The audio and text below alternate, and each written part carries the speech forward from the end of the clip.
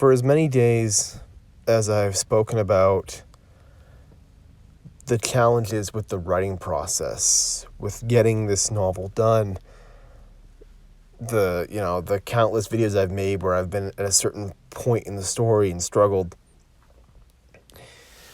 On the much grander scheme here, this is the easy part. The writing itself is the easy part. It's the fun part.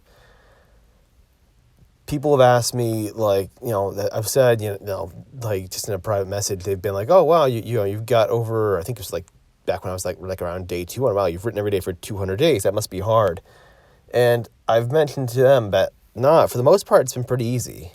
Most days, this is relatively easy because this is the easy part. Like, this is the fun part. Writing for me is like a video game. It's a form of entertainment. It's a form of enjoyment. Yes, obviously I have very serious aspirations for it. I take it quite seriously, which is why you hear me complaining and struggling and every manner of emotions at certain points of this whole process. But this is the easy part. Actually sitting at the desk and doing this, that's the fun part. That's the part that brings the enjoyment. That's the part that I'd love to do every day of my life. It's everything else. It's a lot of the other things in life, a lot of the other things in my day that I tend to not enjoy, that are quote unquote work. This right here is just, this is just showing up basically and just having some fun. So as I sit here and, as I kind of look back at what I'm doing right now, despite how boring this revision process might be, and especially for you, the viewer, probably not that entertaining at all to watch this. This for me is fun. Like, this for me is a lot, is much more exciting. I'd rather be doing this than most of the other things I have to do in my day, because I enjoy it. So I think for those that are maybe struggle within this process, that go through these periods of kind of the anguish, it's important to try and remember that. It's important to sort of keep that in mind, this idea of, is it actual frustration? Like is it deep down, like you hate this thing frustration? Or is it just you're enjoying what you're doing, but you're kind of a perfectionist? You're sort of someone that really wants their work to stand out. And yeah, this anguish sucks, but I'd rather be doing this than something else.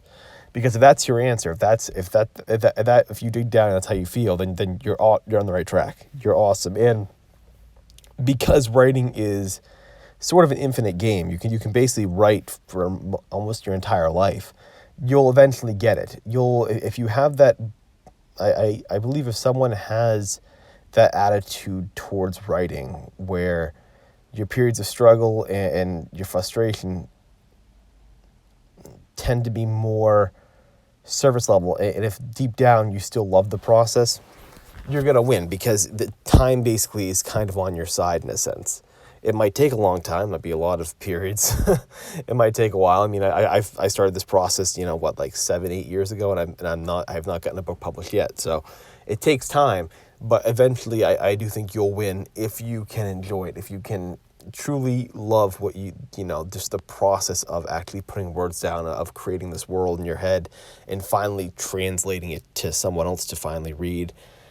If you love that part of it, then you can, I think, basically you will at some point, I think, finally catch a break. Just because, time is on your side. You have decades and decades and decades to win. You have decades to finally get that win.